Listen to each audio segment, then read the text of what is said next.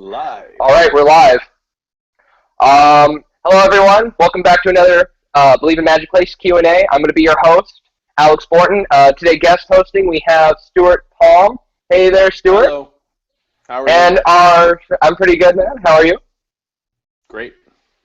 Awesome. I know it's like 3 a.m. there, so thank you for joining us. And Yeah. the special guest today is Kenton Knepper. Hello, Kenton. Woo! Hello, good to How are see you today, Kenton? Great, Good how to are see you? you, man. I'm doing awesome, man. This is fun. Thank you for joining us today Pleasure. in this beautiful Phoenix weather. Yes, yay. The cold, All right. cold winter in 75 to 80 degrees. It's horrible. It was nippy outside this morning, so. Are you both in Arizona? Yes. Yes, we Oh, are. I didn't realize that. That's cool. Yeah, he probably lives like a good 20 miles away from me, and that's about it. All right. Well, something I always like to get into right in the very beginning is for the people who may not know who you are, doubtful. Can you give us a little quick bio of yourself? Well, my first paid show, I was 8 years old. I grew up doing every kind of magic imaginable, from close-up to a full 2.5-hour illusion show, to a hypnosis show, to comedy burlesque magic, to mentalism, and I guess nowadays I'm known most for, in magic and mentalism, known for my work in mentalism and creating things like principles such as dual reality and off by one and trance illusions and linguistic influence, wonder words, colossal killer, things like that. Wonder words, always one of my favorites. I love how you just glossed over that. Well, the list is pretty long if we start going down this path, you know.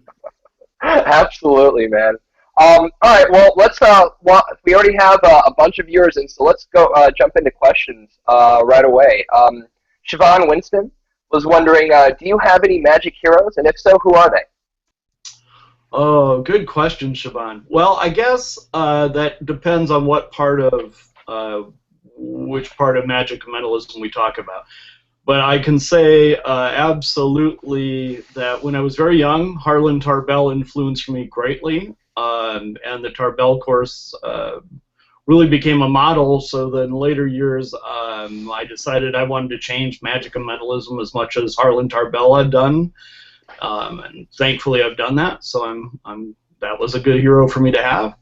I loved all the classical old first golden era magicians like Blackstone and Keller and Thurston. They really embodied this whole feeling of magic, which I enjoyed. And Harry Blackstone Jr. helped me out a couple different times in giving me some advice and things, and so I was very fond of the psychology and things in the Blackstone shows. And I grew up really with kind of a mix. Kreskin was very popular on American and Canadian television when I was growing up, and so Kreskin was a big influence too. He had a funny way of mixing magic and mentalism together, and yet the public totally bought into the idea that he was a real mentalist. Never had any problem with that. And when I was in high school, Kreskin said to me after one of his shows, he said, "Oh, Kenton, is that your real name?" And I said, "Yeah." And he goes, "Well, just keep it. That's a stage name, and get rid of your last name for the public and just call yourself Kenton, and that'll be that." And I went, "Okay, Kres, thanks." And that was, kind of how it all synced back in. So, yeah, there's been a lot of influences along the way. John Mendoza was a big influence on me because he was one of my close-up teachers, so I was a hardcore card techie kind of guy when I was a kid for a long time. And then other teachers I grew up with, including I was on a gospel magic show for years, so the Girona and Company was another big influence. So I have a long and varied list.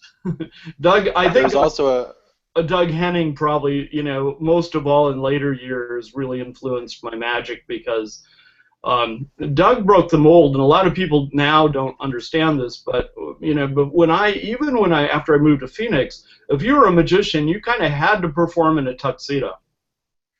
I mean, that sounds so weird now, but that was literally the case. If you showed up in something cool and worth a lot more money and beaded and interesting, they would go, "Oh, you're not dressed in a tuxedo, you can't go to work." I mean, that was just the way it was.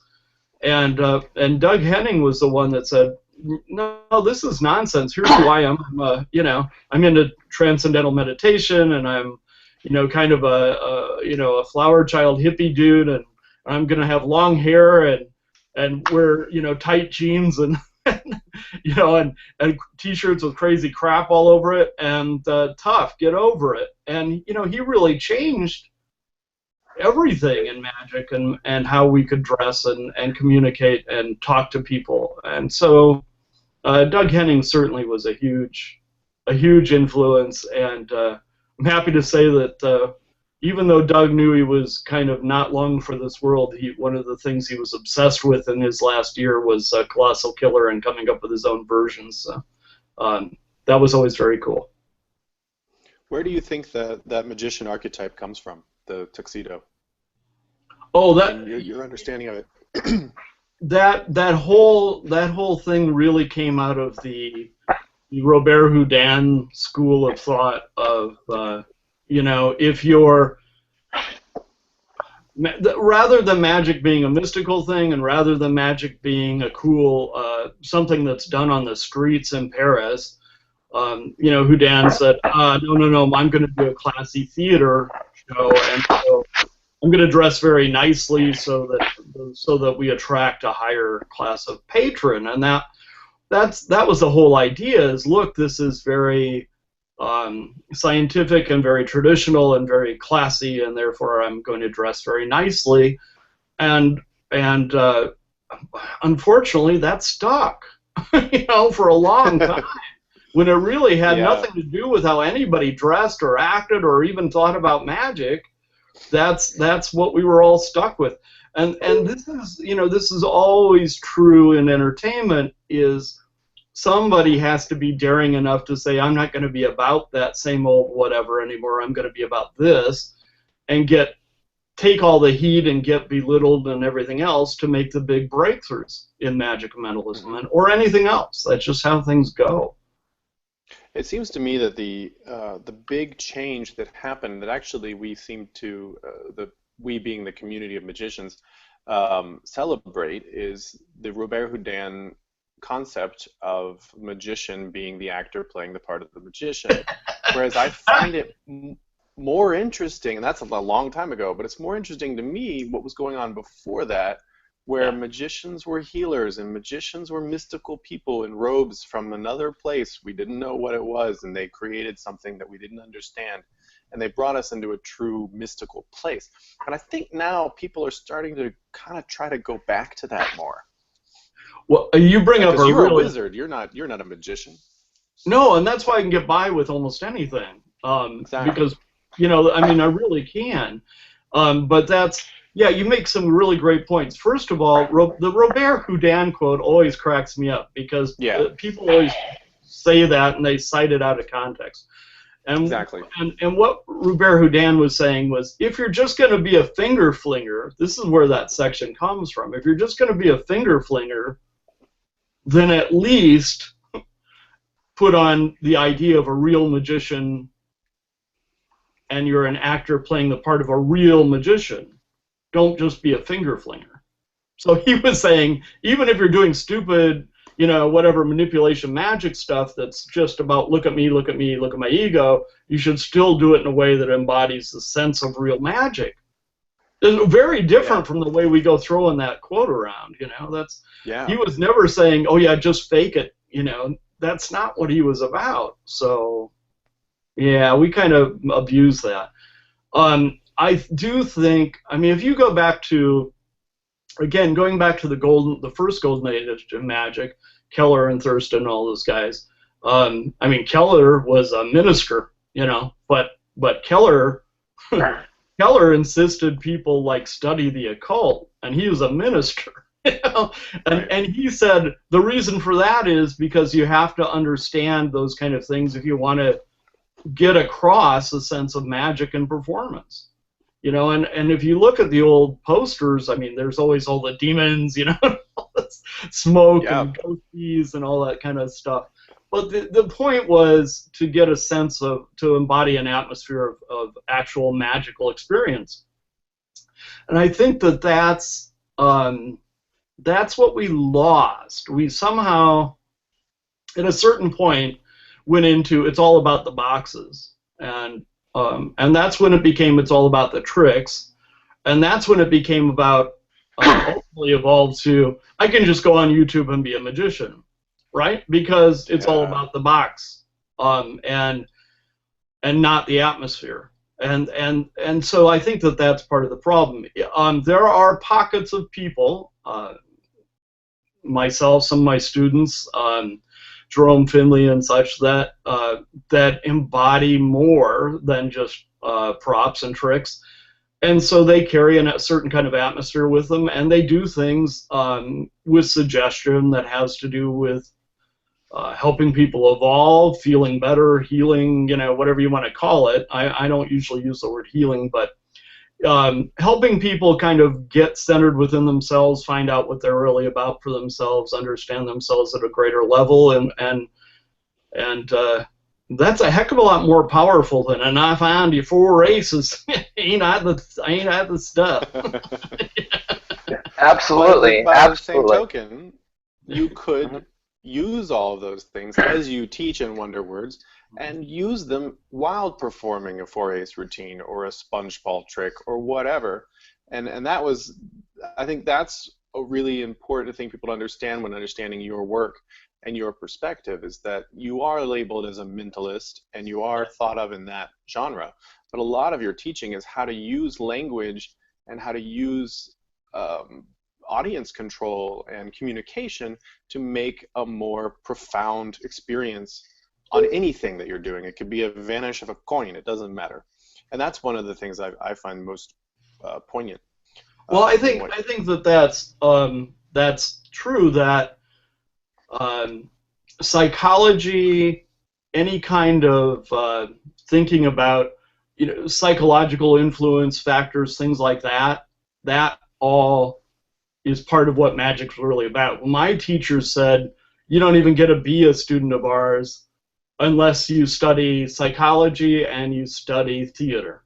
And if you won't do that, you don't even get to travel with us. You don't get to work for no money and travel and tour with us, right? Because if you won't study those things. Fortunately, I was very much into studying those things very early. But that is what it's about. I think people often think, oh, it's mentalism, I don't do that heavy stuff, or I just want to do tricks, I want to kill them. I hear that all the time. And it's like, yeah, but you can do things with psychology that help make even little minor tricks more enchanting. For example, I don't know if you can hear this online, but we'll try to do this so you can hear it. If we do this, if you just say,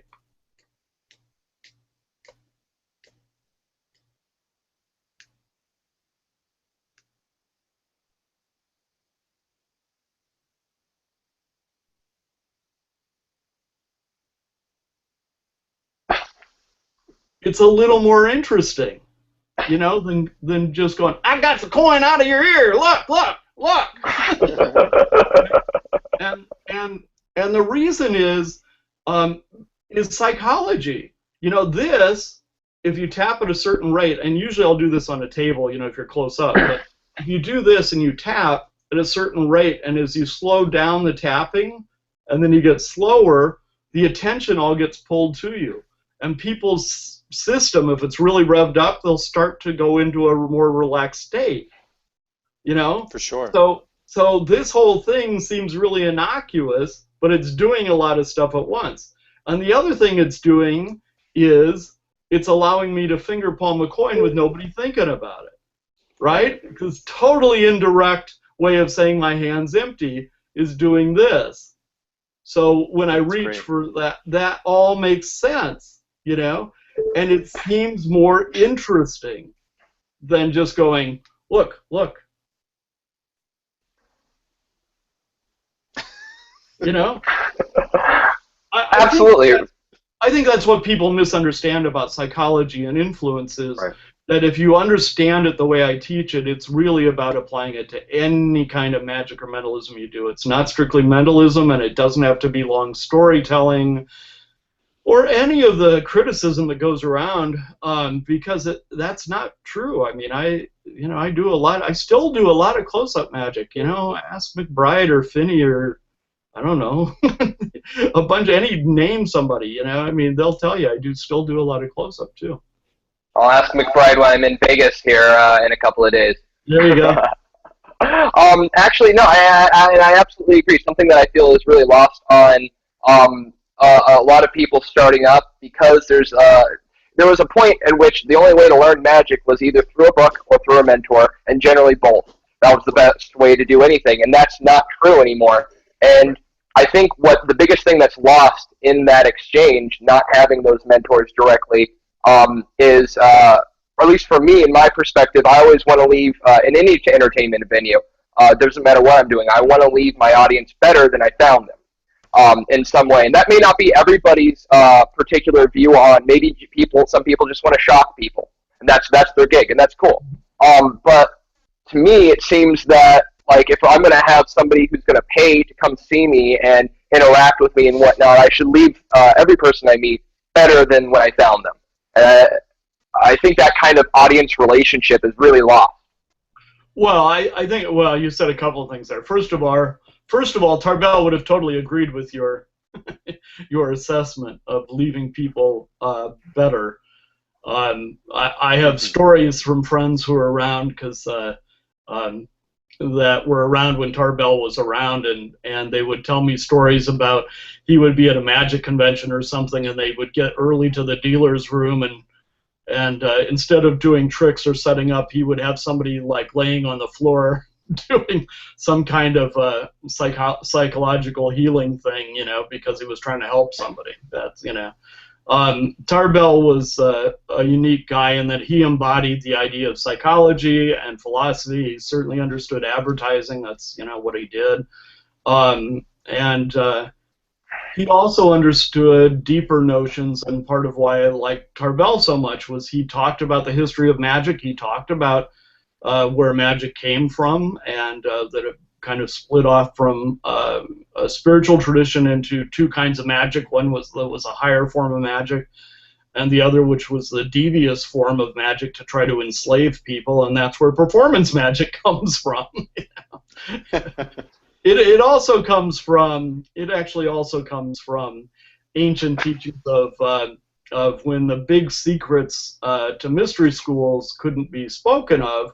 What they would be to do big pageantries of symbolic action, and those pageantries became theater. So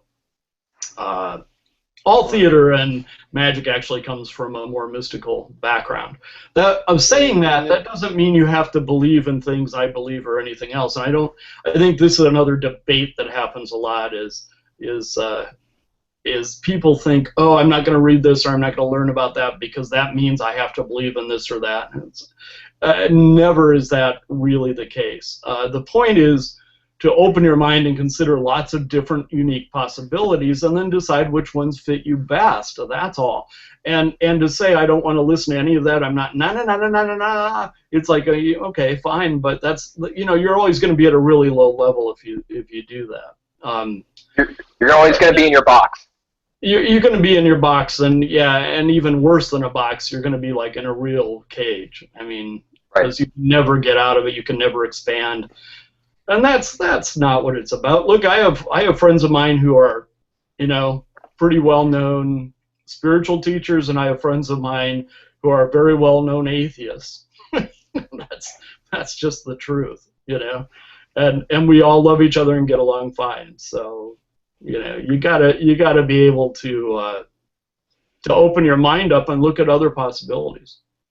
Absolutely, to man. me that you said, Alex, you said that it used to be the way to learn by finding a mentor, but now it's not that way.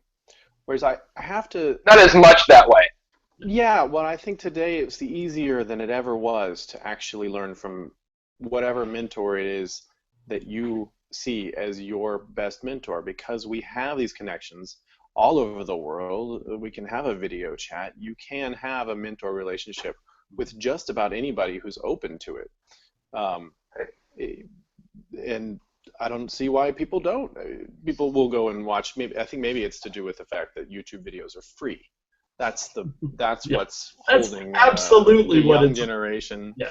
So my call would be for people to look for who their mentor is and find them and study with them. And if it's Kenton, he has all kinds of programs for being in contact through Facebook and through his websites and Through the Inner Sanctum. Your website is, just to get it out there, because Yeah. there are new people in the group. Is Wizard? Sorry, Wonder Wizards. Tell us your website. Wonder Wizards. Thank you. That's And right. I've WONDERWIZARDS, wonderwizards.com. And I'm there a are some member, right? special links too, and I think in the in you guys' group for everybody to take advantage of this year.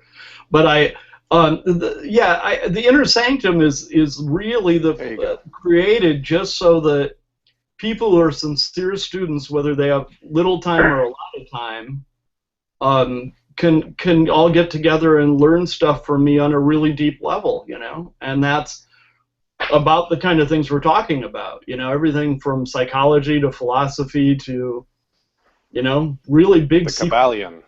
Yeah, that we don't talk about openly because it's not a proper thing to do. You can't gloss over symbolism, for example, on a superficial level. That's not going to do anybody any good. So, and if you're on the Magic forums recently and you're noticing many members who have changed their profile pictures to circles and triangles and wavy lines, these are the people who are going through the Inner Sanctum experience, which is quite a great reflection on symbols and relating them to your work. And I don't want to go into too much about it, but definitely highly recommend it. Absolutely. That's actually, I've been so busy with my wedding coming up that I haven't been able to start that particular journey myself, but I'm gearing up to do that as soon as I get back Tuesday, Wednesday. So that you'll see my profile picture changing as well here probably real soon. Not to get too far away from this stuff, because we will go over all the deals, and we will go over the Inner Sanctum and all that stuff here probably towards the middle or the end of the program. I didn't want to get too far away from questions. So just to get back to a few questions, Brian Stancer was wondering, Kenton, do you have any, or do you have a couple of tips on understanding reality from the participant's perspective when you're doing cold reading? Oh, I don't think you can do any kind of reading without understanding their perspective. I think this is where a lot of people fail in doing readings, and that is they probably learn improperly. They're told to memorize a bunch of facts and things to say, and then they go to people and they go through their own heads and try to think of what they're supposed to be saying and say all this crap to people. And that's all internal. They're not engaging with the person really, and that's the problem. For example, it's like,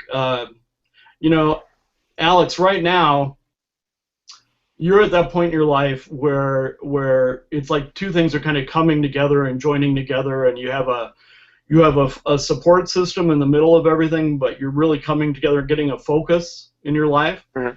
You're kind of turning a new corner, so to speak. There's there's some ups and downs, but your centering of everything is kind of what keeps things in balance. You know what I'm talking about? And so right now, what matters is you're joining together, like partnerships are crossing together. You're kind of at a crossroads where you're going to a whole new place, and going in a new direction based on that crossroads you're at, where you have to determine, am I going this way, am I going that way, am I taking this giant leap? And as you do, you kind of see the two roads of your life, you know, two separate things coming together, working together, so that you get things to be more level, more balanced, and that's really going to hit the spot. You know what you know, kind of in a general way, really quickly. You know what I'm saying? Right. Okay. Right. Now, unfortunately, you just said something about your marriage, but without knowing that, I would have said the same thing. And let me explain exactly what I did, so that you know it's not because I memorized a bunch of junk. Okay? And I didn't watch you because you are about the size of my thumbnail on my screen right now. Okay, so I didn't do that either. What I was saying is based on the shape of the letters in your name. So I said it's like you have two things coming together with support in the middle. There's the A, okay, and it looks like you're turning a corner. That's the letter L. No. Okay. Okay, so you're coming to a new place where you're trying to get things to balance and, you know, kind of have a new angle to things. There's some ups and downs, you know, but you're trying to keep centered. There's the letter E. All right. So you're at a crossroads. There's the letter X. All right. These aren't things I memorized. I'm just talking about the shape of the letters. And by doing that, I actually engaged my real intuition as opposed to having to learn things to always say about. I don't always say that about the letter X, for example. You know, I might say you're trying to eliminate things, like it's crossing things out. You know, or it's a crossroads. I think I said that with you. But whatever, it's talking about talking to people based on the shape of the letters in their name. Now, usually, if I do that, I happen to know how you spell your name, and it's on screen, right? But if I didn't know that, I would say to somebody, my name is Kenton, you are Sandy? Sandy, that's right. How do you spell your name, Sandy? They go, oh, S-A-N-D-I. Right. Oh, you're fancy. This is why you ask, right? Because you don't, oh, it's okay, Sandy, blah, blah, blah, blah. No, you need to listen. And so by doing this, you engage yourself and you make yourself listen to the other person. You find out their name, right. You remember it, because you have to hear what it is, and you have to find out how it's spelled to do your intuitive reading, right? So now right. You're already more engaged with the person than most readers are, you know, when they learn trick magic. Well, I think that a lot of readers end up trying to read people like a book, and they think, well, they hear reader, okay, we're going to sit here and I'm going to tell you about yourself, and that was never the case for me. You sit down and start talking with somebody and just have a conversation. Just, hey, this is what I think. I was talking to a psychic reader, a real one. You know, that's what part of their job is. The other day, and they said, you know, what's kind of funny, Kenton, is that magician readers all think it's about talking, and real readers understand it's about listening. For sure. People need to speak, and they need to be heard. And I said, yeah, I've written a lot about that. You're absolutely right. And he said, honestly, it's not because you have to find out what they're saying so you can say it back to them like, you know, tricksters think. She said it's just because people need to be validated and they need to be heard, you know? And then after you do that, then you can tell them like what you're picking up. But first of all, they need to be heard. And this is something magicians and mentalists don't often understand. And the more we do that, whether it's in a reading or performing, the better off we are. Absolutely. You were going to say something there for a second, Stuart? Yeah, it seems to me that a lot of people who are newly studying readings think that what they're doing is tricking a person into believing that what you're telling them is them. And that's very far from what you're doing. What you're doing is you're finding a format to go with a flow to create a better rapport and connection with that person, and creating a situation where they are comfortable to tell you about themselves. And that's where the listening comes in. I was curious though, I like your model of using the shapes of the letters. Which do you talk about this in one of your books? Yes, it's definitely, and a lot of variations and versions and aspects of it are in the mind reading lessons. Yes. Good. And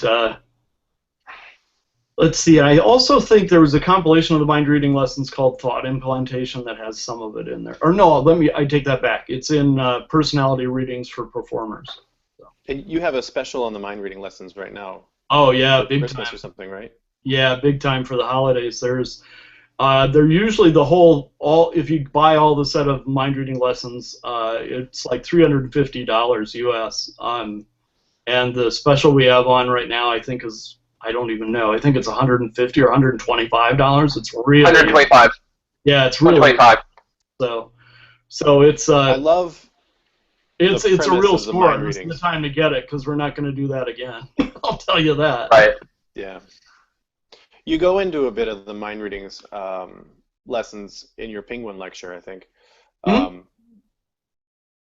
And one of the strongest things in there is just being aware and listening. Yeah. I think the first Actually, few lessons are just about being aware and listening. Well, I think again, this is one of those problems we have where it's really even more than listening because, as my reader friend was saying, the reason to listen is so that you connect with people. It's not what most. I often say mentalists shouldn't learn from other mentalists when it comes to arcane things because most mentalists don't know anything about arcane subjects and so they make up crap and then they sell it to each other and that's all, and you don't really learn well that way. But I think it's about connecting with people, and this is true whether it's doing a reading or doing a magic trick. I think it's about connecting, and that's why we have some problems right now. When we learn, and I'm all for YouTube. I watch a lot of video and stuff, but I also read, and the reason is reading connects other parts of your brain that you have to use in performing. Video just shows you how to be like somebody else exactly, and that's a problem. But what we get by learning, I can get it all online, is you can learn tricks online really quickly. But that's why we have problems, because you don't learn how to connect to people very quickly. That's something you have to learn a little bit about, and you have to learn psychology and things. And mind you, my work has been a lot of making all that stuff very accessible and easier to grasp, and not go through college and all sorts of crap to get to learn these things, to spend 40 years learning it, because I did, but yeah. It's the idea is if we need to connect with people. I recently, I think a year ago, I put out something that was very personal to me, that was very powerful, and a couple of the online people went, "What a bunch of schmaltzy, crappy stuff! I would never. That's all schmaltz. I hope Kenton does more colossal killer tricks." And I thought, it's really great, and you're also the person, because I happen to know, who ran out and bought the wonderful DVDs based on Wonder Words called How to Pick Up Chicks and Get Laid. And I thought, I'll tell you how to pick up chicks. It's the schmaltzy thing you hated. It's like don't be a schmuck. I was doing that in Vegas, and I had so many female and important female people come up to me afterwards and say, we know you're going off to do other things, but we really hope you stay around and come and visit us in Vegas and do magic, 'cause we need you. Yeah. Absolutely. Well, it's something you were saying about YouTube. I think, if anything, YouTube makes things more impersonal. It took and bridged the gap for the people who don't want to be social people to go out and still learn this stuff and whatnot. And to some extent, I guess mechanics are needed. Some of these guys who aren't out performing for things like card tricks and whatnot come up with great stuff. But, you're still missing out on that performance. I know I've only been within the community for a few years myself, but one of the things I realized very quickly was I needed to perform for people who had absolutely zero vested interest in my happiness. Because at that point, that's where the real learning begins. It helps that I already study psychology and all that sort of stuff long before. But at the same time, like, there's only so many times you can perform for a camera or a mirror or your girlfriend or your parents before you go, okay, well, like, they know everything and none of this is fun and there's no interaction here. They're just watching me do stuff with my hands at this point. And it's that extra bit of everybody's so afraid to fail. Everybody's so afraid to let things not succeed. Right. Right. Well, this is, an important part of a lot of my teaching too is a thing I call outs on purpose, and the whole reason for that is so that you have so many outs that you plan on using and you expect things to constantly fail, so that when they work you go woohoo, and when they fail you go yeah I already planned on using this out, and so you're never flustered by anything, But it's a whole different approach to dealing with things. The truth is, many people in magic and mentalism are introverts, and so they want to sit home, and they want to be important by sitting home, and they want to be important by getting online and complaining about stuff and never having to do it. And I understand that, because for as well known as I am to the public, and certainly to magicians and mentalists, I'm an introvert. So it's like, let me go over and sit in my corner and read my book, and then I'll pull out my guitar and go record for an hour or 5, and I'll be happy. But the thing is like, people, to really be of value in the world, you have to be out there and doing things in it, and otherwise you can only do so much online. I mean, you can definitely get a following doing cool things and doing neat editing, and stuff. And go watch a bunch of YouTube videos and notice how many people don't even show their faces. Well, this is like, even in the 70s, I remember close-up magic, close-up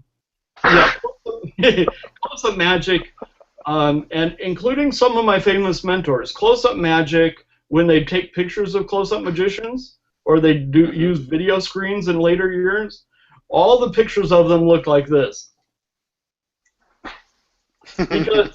Because they're looking down at their mat, and the coins and the cards on their mat, and so they're used to performing for themselves and observing what they do, and so when they're performing for people, that's all you see is this, and that's great when you're an introvert, but it's not good when you've got people watching, because I don't know when the last time you went to a concert was, but if you go to a concert and everybody's going, you kind of get bored. Metal.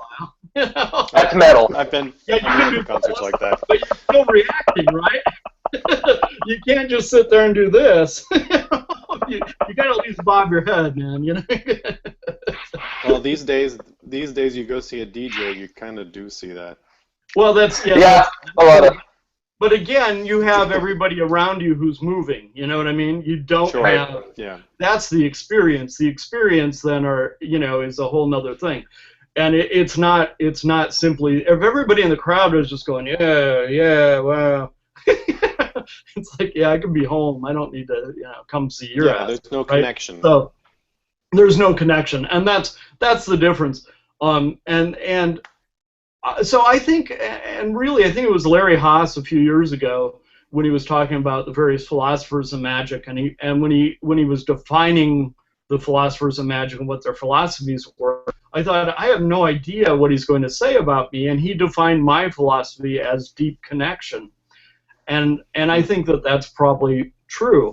That the difference between me and a whole lot of performers, and the reason both performers and lay people really seem to love me if they like me, not just like me, is because it's I connect with people. People feel connected to me, and they get a sense of that. They don't even know what it is necessarily. I was doing a thing at Wonderground last year, and I'm not going to name names, but there were this was recently, a few months ago, and one of the performers on the strip I send everybody to, and his wife were in the audience, and afterwards they were talking to me and telling me how much they thought of my performance, and His wife said to me, look, I don't want to put down any other of our friends or any magicians and mentalists generally. She said, but what you do is unlike what anybody else does. And that is, we can tell that you actually love people. We feel loved. We feel cared about. You touch us deeply without preaching or telling stories or doing any of that. And yet we also know that as compassionate as you are, you have total control of the whole stage. Well, and I think that has a lot to do with pretense.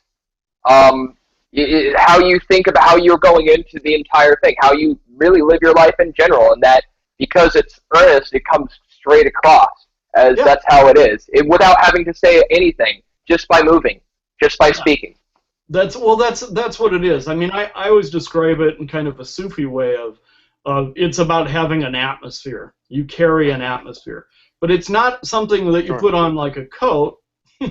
An atmosphere is something that comes from someplace within you, deep within you, that comes out into the world, and that you carry with you, and what you're sharing with everyone. Yeah, so people feel it, they sense it. They can't define it necessarily. How, Kenton, do you nurture your inner atmosphere? In so many ways I can't even describe, but a few simple. First of all, as you know, Stuart, I mean, one of the things we do in the Inner Sanctum is make sure that people start unearthing what is inside of them. I mean, I think this is the biggest thing. People often complain now that magic and mentalism isn't treated like art, and it's just not fair. People don't treat us like artists because we don't treat ourselves. That's an argument's been going on forever. Yeah, but we don't treat ourselves like artists. That's why. It's really as simple. I mean, I spent a lot of years trying to figure out what it is, and it really is simple. We don't treat ourselves like artists. Any art form, I don't care if it's painting or music or theater or whatever, the artist does what they do to express something about themselves, I mean, even if it's somebody that's, a pop artist, still, they want to kind of go out there and say something or, express their feelings or do something, Sure. Do magicians go out to do tricks so that they can express themselves? No way! That's the last thing we want to be doing. We want to go kill people. We want to go show them our tricks and knock them out. It's like it's totally the opposite. Right. Well, I think, and this comes full circle back to what you were saying earlier about connecting with people. The way I've always described it, because I have heard this conversation go on a few times within some of the groups, is that there within any art there are crafters and there are artists. Crafters practice, they refine, they learn skills, but they're not saying anything. They can do things really well, and that's great, and that's amazing, but it's not necessarily art. Art is what happens when you craft and then connect with an audience, any audience, one person, many people, it doesn't matter. Until you're touching somebody on some sort of deeper level, it's not art.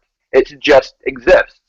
Well, this is true, and I think people think, oh, that means I have to believe, to touch people, I have to do it the way Kenton says. All I do is teach.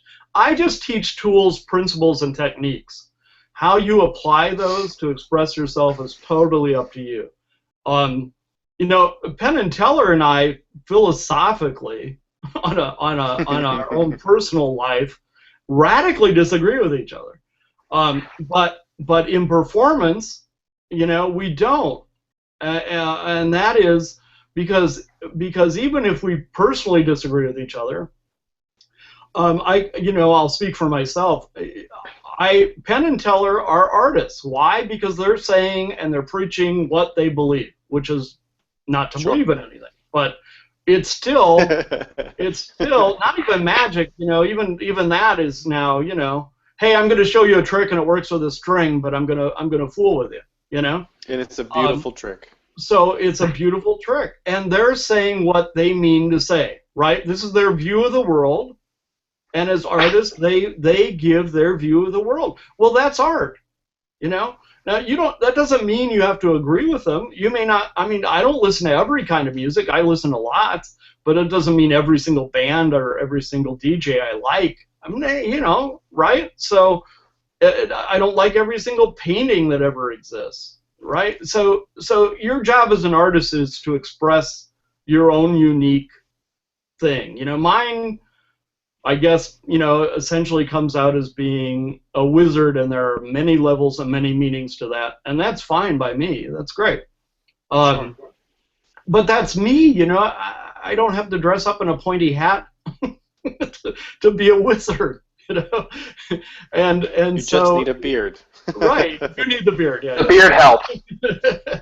But I mean, I've gone everywhere from long hair down to to here to my beard down to past where the screen is, and I've totally shortened everything up. I'm still a wizard. Actually, I Yes, would love it again, if you it would comes from a place. talk about that part of yourself, because you do talk about it, and I forget which book, but you do talk about it in one of the books that's part of the Inner Sanctum, which was that you discover that you could let yourself be yourself and dress outlandishly and be the character you want to be, and that it's actually, because that was very, I believe that was in the last for me, series. because I have a big curly mustache and wear fancy suits when I perform, and there are a lot of magicians out there who look like they're your tax attorney, and and they think that I work mostly corporate events. I work big corporate events, and they love it that I come and create a more dramatic feel and an ambiance of magic. They love that experience. So you talk about your feelings on that, because I really like the way you wrote it in the book.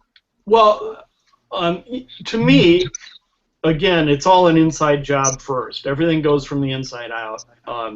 Sure. And so even costuming, even deciding what to wear in performance, has to be based on who and what I really am on the inside. It's just sharing the inside.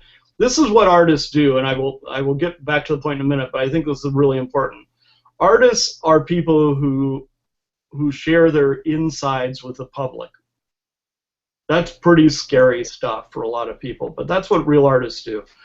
And it's really freeing when you decide to go do that, And so part of my clothing decisions, my costuming, started being, okay, how do I share my psyche, my inner world, with other people in what I wear? And once I found things I liked, I went through the years. I went, oh, this works. It's kind of roby. It's almost like I would go through like Eastern dress shops, back east, and go, yeah, it's a dress, but if we slit it this way, it's going to look like a robe, and it'll look great.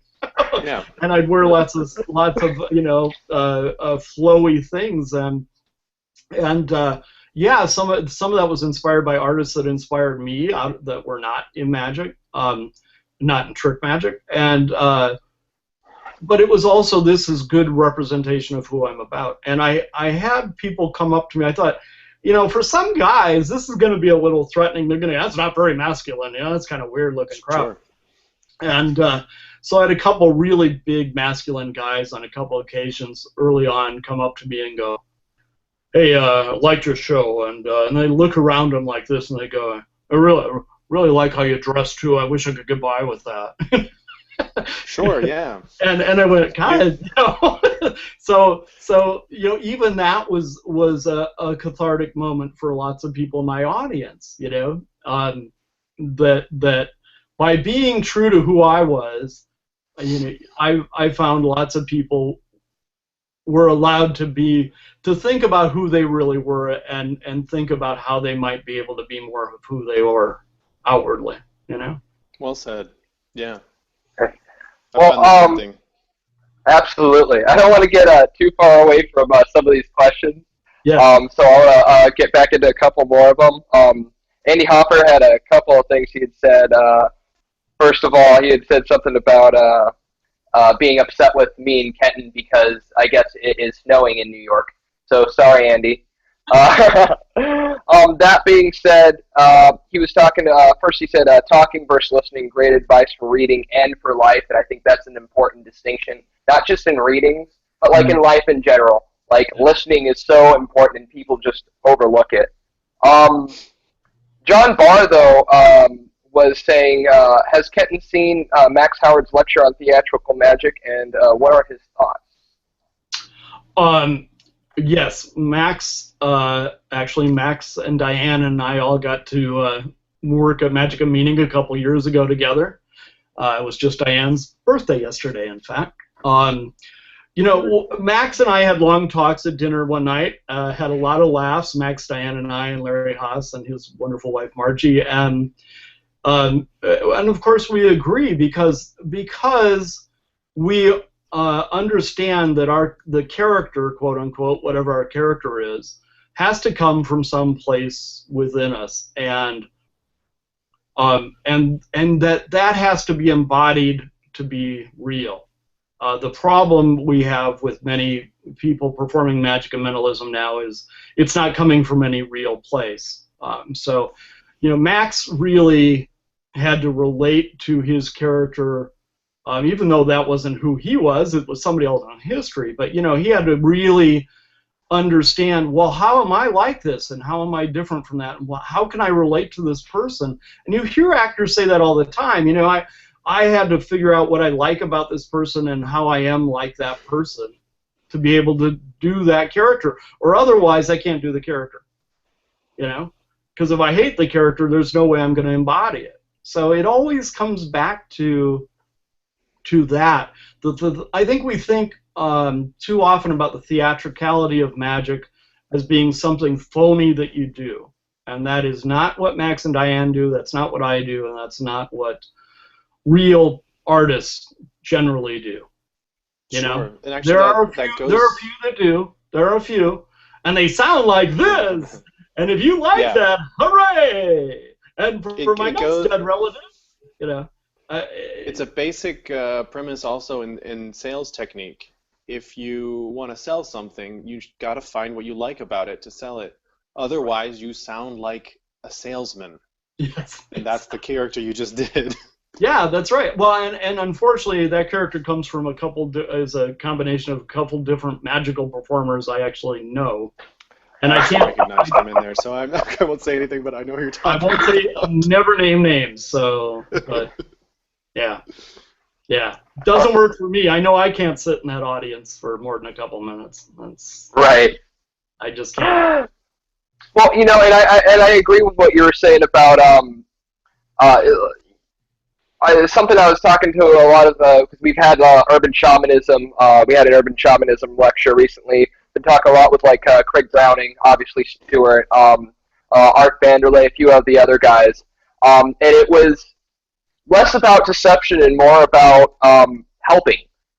Sometimes I know Craig does a lot of reading stuff, and his take on it is sometimes people just want to talk to you and want to be heard and want to feel like somebody's sitting down and truly listening to them and responding to them, which is, again, something that gets completely lost on people.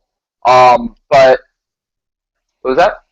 Yeah, but healing is a little touchy. I mean, one of the things you can do, and this is what I often try to get across, is if you're doing readings at all, you are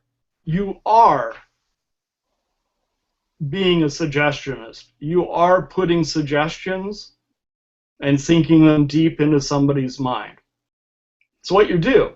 You're acting like a hypnotist in a sense if you're doing readings. So you better think of what you're saying. If you say on March 31st you're going to be in an accident, good karma for you, dude, because the chance of you causing somebody to be in an accident are really high. I mean, that's just the way the subconscious tends to work. So instead of trying to cause really negative things, use that power for the good and say, I understand you're going through some stuff and it's going to be some struggles, and I'd love to tell you it's all going away in a week, and I can't say that. But here's what I can tell you, that if you'll just keep going through this and a couple other little obstacles that may or may not pop up for you, that you're going to come out on the other side of this in a way that your life is so much stronger, so much clearer, so much better than you can even think of right now. So and that right there is such a strong suggestion for anybody to make. And there's really something to be said about positive affirmation. There's a video, it's The Secret. It's also a book. And And I'm not so much as a spiritualist myself or things like that, but there is something to positive thinking. There is something to going, hey, and keeping that, again, pretense, that frame of mind that good things are going to happen. The only reason some people are lucky is because they look to be lucky, and they think they're lucky, and they find opportunities in which they will have luck. Same thing for people who are unhappy. If they're unhappy, a lot of the times they're focusing and dwelling, as opposed to trying to be happier, be a happier person in general. Right. There's a really good. It doesn't mean you can fix everybody, but you certainly, it is your job as a reader, and I think even oftentimes as a performer, to try to make people's lives better by implanting as many positive, uplifting suggestions as you can. Sure. Absolutely. There's a very good TED talk that just was done where it's a doctor and she's talking about the placebo effect, and she goes into how suggestion can be a very positive effect on someone's life, and that the center of it is that there is a person who is caring for another person. And she also does mention negative suggestions and how there are documented cases of negative suggestions given that have caused people to die because they believed they would die in a certain time and were told by someone they respected and believed and trusted, and they did. So it is a dangerous and powerful thing that you have to understand, and you can't treat it lightly. This is why I am not fond of mentalists and magicians saying, I just want to go out and kill people. It's a right. really bad mindset to have. And I know that's not what you mean, and I know I created a trick called Colossal Killer, but it doesn't mean the idea is to go out and try to kill people. If you're going to have to take that approach, then I'd say try to heal people as opposed to kill them. But you don't even have to try to heal them. What you have to do is try to put in as many positive things as you can. Look, if this wasn't a factor, if this were not true, advertising wouldn't spend millions of dollars a day telling people that you might think you're fine, but you're going to die unless you take our pill. Exactly. Right? Right. I mean, you implant negative suggestions all the time to sell stuff. It's our job to counteract that, in my opinion.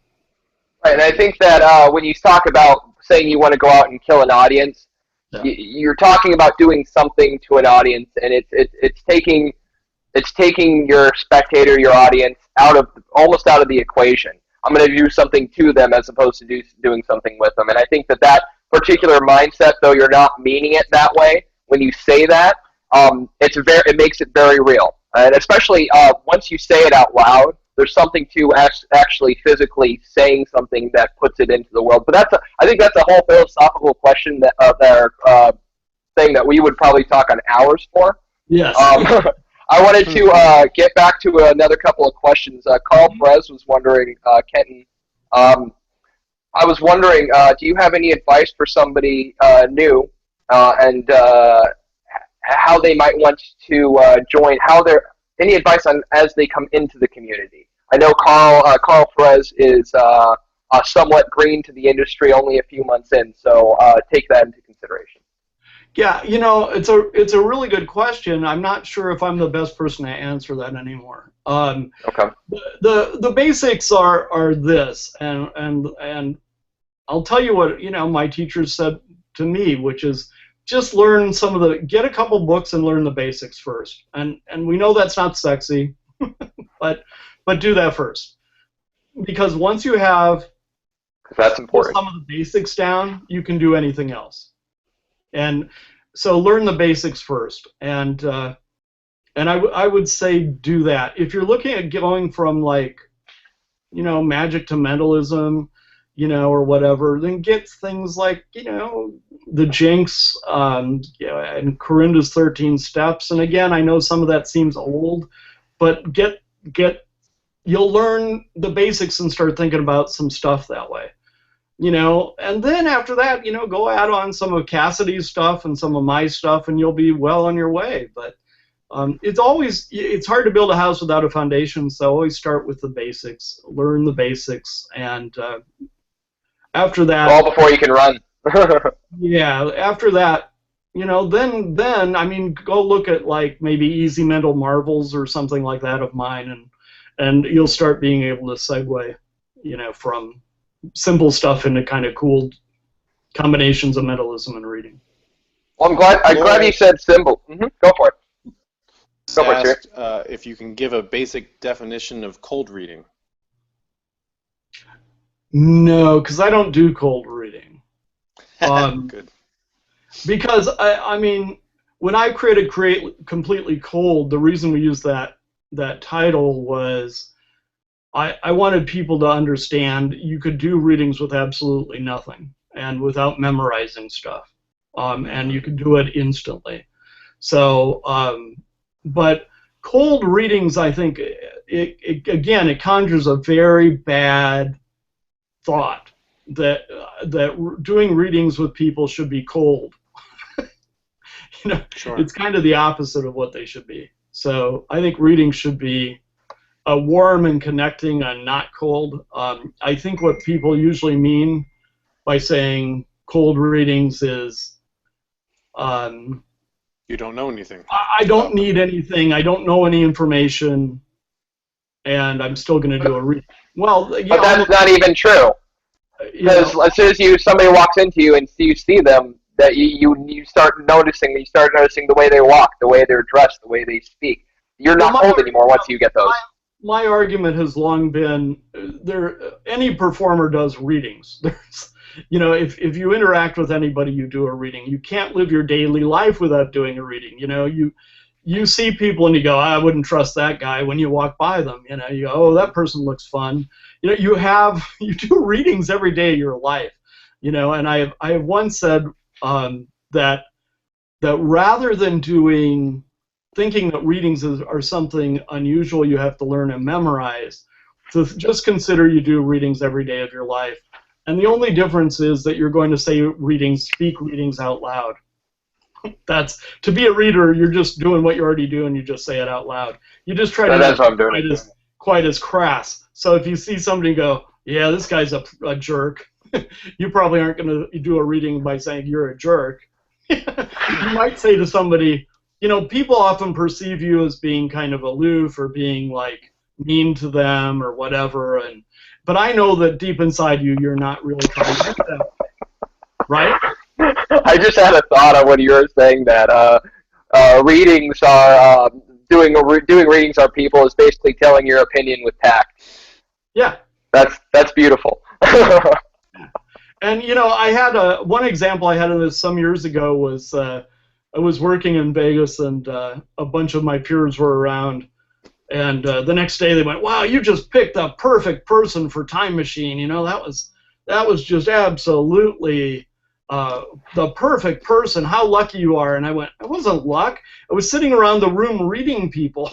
And I finally went, "Oh, this person won't work because I've sensed this, and this person won't, oh, this person looks nice, but they're wearing a red tie, so that means their subconscious angle is going to be a little more subversive than I want."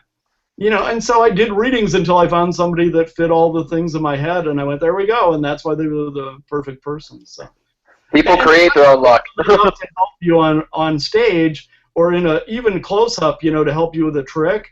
And you look at somebody and go, well, I'm not going to use that person for a classic force. I'll use this person. You've done a reading. So. Yeah. Oh, Laura just added on. What about, okay, so I'm not going to be able to read this.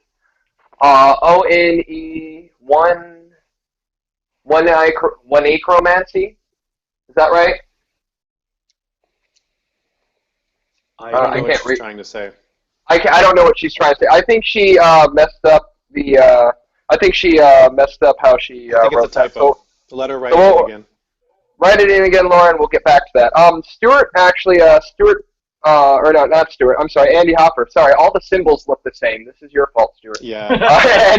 Andy Hopper was wondering. Can you talk to everyone about the study of symbols for mentalists?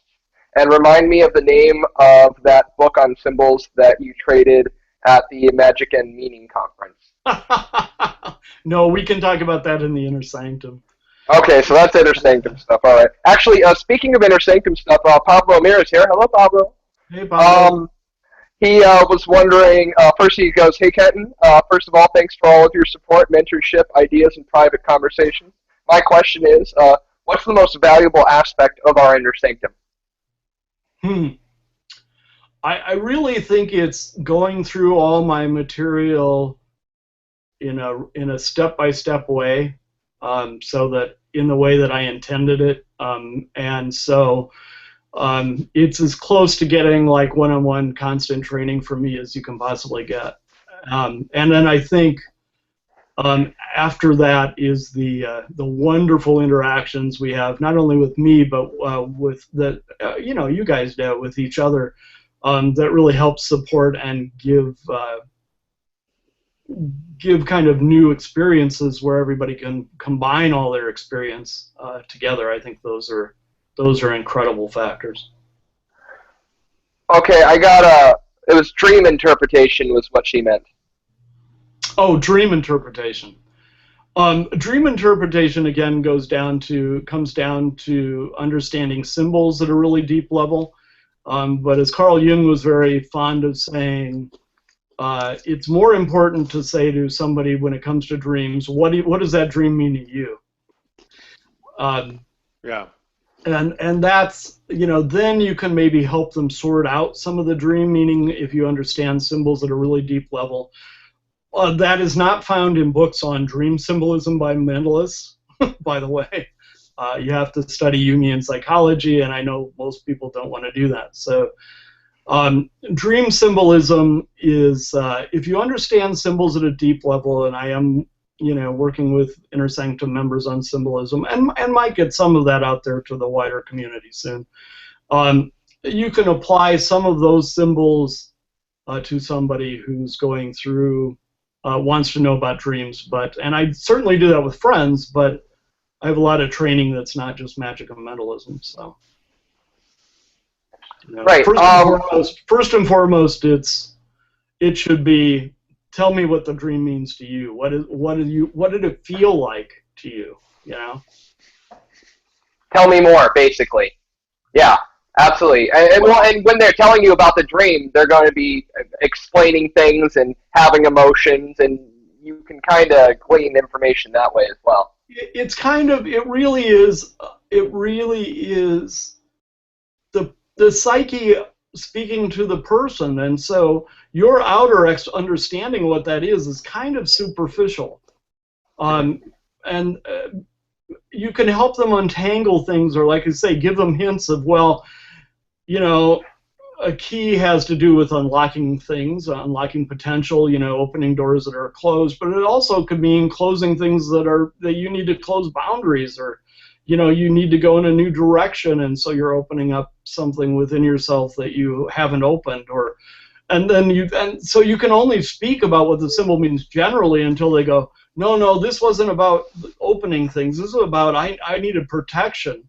Then it's like, well, then you need to close some things, have some boundaries, and keep them closed, keep them locked, maybe, so, but the person is really the best person. Any therapist will tell you it's well trained. It's really about helping the person know what they already know, helping them unravel it, because they're the ones who had the dream, and they know what it feels like, Far better. It's almost like you're giving them permission to make make their own decisions. Right, absolutely. All readings are about you helping people decide what they need to do for themselves. All my students know this, but I spell advice because everybody goes, "What advice do you give in readings?" I spell advice ADD-VICE. You don't need to add vice to people. They have enough of their own vices. So I never add vice. Instead what I do is give people suggestions and mention positive things, but not superficial things. I mention things in a way that they have to determine for themselves what that means for them, and leave it at that. And actually, right? advice is a dangerous thing. If you Horribly through dangerous. studying hypnotherapy, you don't give advice that you're not qualified to give. And the best way to avoid not giving advice you're not qualified to give is just not to give advice. If you want to tell something that maybe they should, that you would think that they would benefit from, the best way to talk about it is to say, well, if I had this situation, I might try this. But even there's no reason. Don't give advice. Just No, you avoid it. don't give advice. And that's, I mean, Wonder Words is filled with things, including anti-advice words. So you can Yeah. say things that sound like advice without giving advice and still make the person make it relevant for themselves without you even knowing what it is, Sure. Oh, absolutely. Few more questions. I know we're getting close to the hour and a half, and if we still have a bunch of questions. You don't mind moving past No, hour and a half, do you guys? All right. Well, then, I Croissant might fall Luderien. asleep on you, but Well, you're in China though. It's 4 a.m. where you're at. That's not fair. Okay. Croissant Luderien was the one that. Now. sorry, I missed that. It's What'd you 4:30. say? Stay up now. Yeah, right. Right. You can't go to sleep now. Croissant was wondering, what is the difference between indirection and misdirection? Oh, thank you. Great question. Misdirection would be this.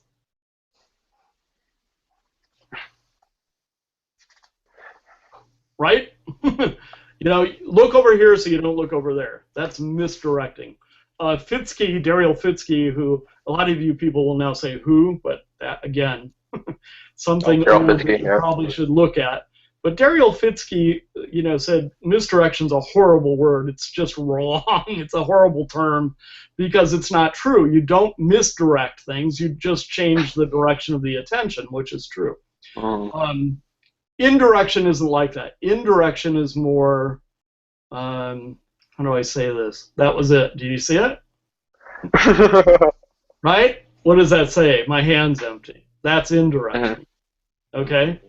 So it's very, very different.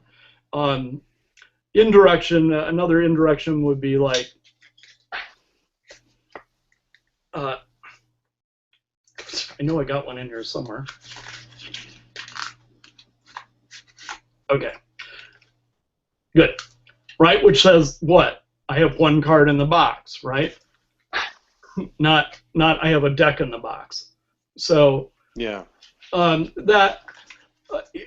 Indirection is an indirect. You try to suggest things in a way that is not direct, and so that's why it's much more powerful. If I bang on the bottom of a Loto bowl and it goes dunk dunk, it's empty.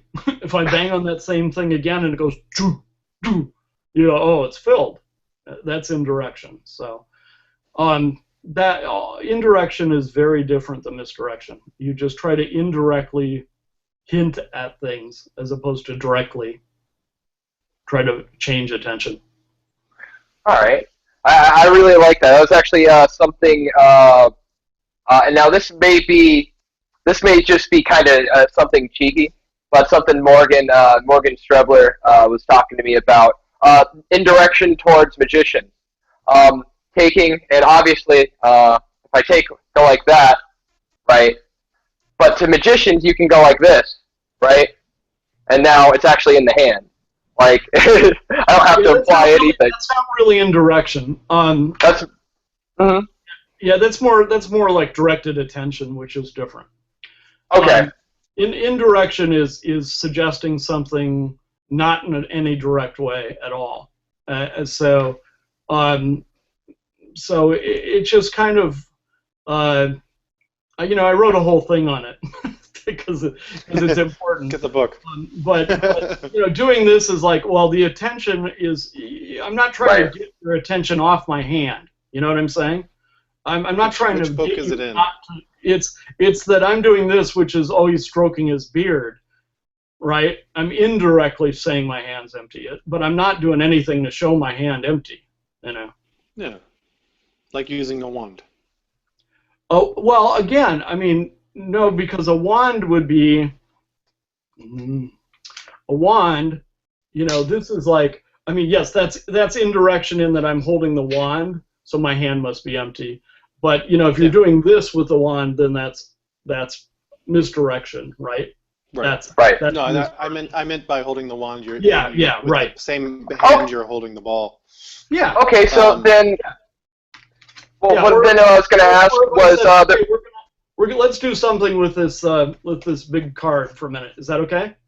Let's try something. Please. Okay. So, well, that was a way to show that I wasn't palming a coin. Right. Well, there was a principle I learned a while ago. It was full or something in the hand, and then something minus something in the hand means the hand's empty. So if I have something and I'm holding it around, and then I put it down, my hand must be empty, and that's not true. I have a coin right there. Here, let's put that on for everybody. So if you have something in your hand and you're gesturing with it, and then you set it down, and then you start gesturing again, obviously your hand's empty, and that's just not true. So it's more closer to that sort of thing. It's a little closer to that, yeah. Yeah, that's kind of a combination of indirection and directed attention, yeah. So use all of them. They're all important. Oh, they are, yeah, absolutely, yeah. Yeah, I agree, though, that the term misdirection, even though we all use it, is kind of a misdirected term. Yeah. Another, because there was multiple questions within that thread, and I saw another one, and we had talked about it a little bit earlier. Another one of Croissant's questions I thought was really good. It was, imagine this: when you're a performer and you're performing a center tear, and the audience asks you why you need to tear the paper up to read their minds, what would your answer be? Well, if they're already asking you, it's too late. Okay. Really, you shouldn't do anything like that without having a reason, right? I mean, now, if you put a lot of focus on it, the problem is you could put too much focus on it. One of the, Dr. Jacks had this wonderful reason to do a center tear. He would have somebody write a time on a clock, right, in the circle of the center, and fold it up, and then take a guess at what the time was. And he goes, 12. I'm getting like 12:15 or something. And they went, no, and he went, okay, never mind. And he'd rip the thing up and he'd throw it out. And he'd go, let's try it again. Write it again. But you need to really focus on it while you're writing it. And so now he had the center, and they would write it, and they would hold on to the piece of paper, and blah blah blah, and he'd then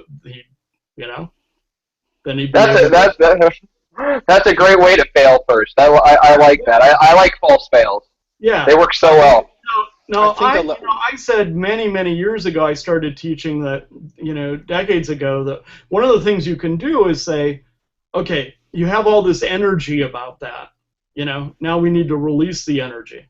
And symbolically, on the subconscious level, we have rituals to do that. Like you can light a candle, right? Or you can rip it into pieces. You could rip it into pieces and burn it. All of that is ideas of releasing your thought out into the universe. And if you do that, then I can pick up on it. I think so that's the things that that's another approach. Yeah.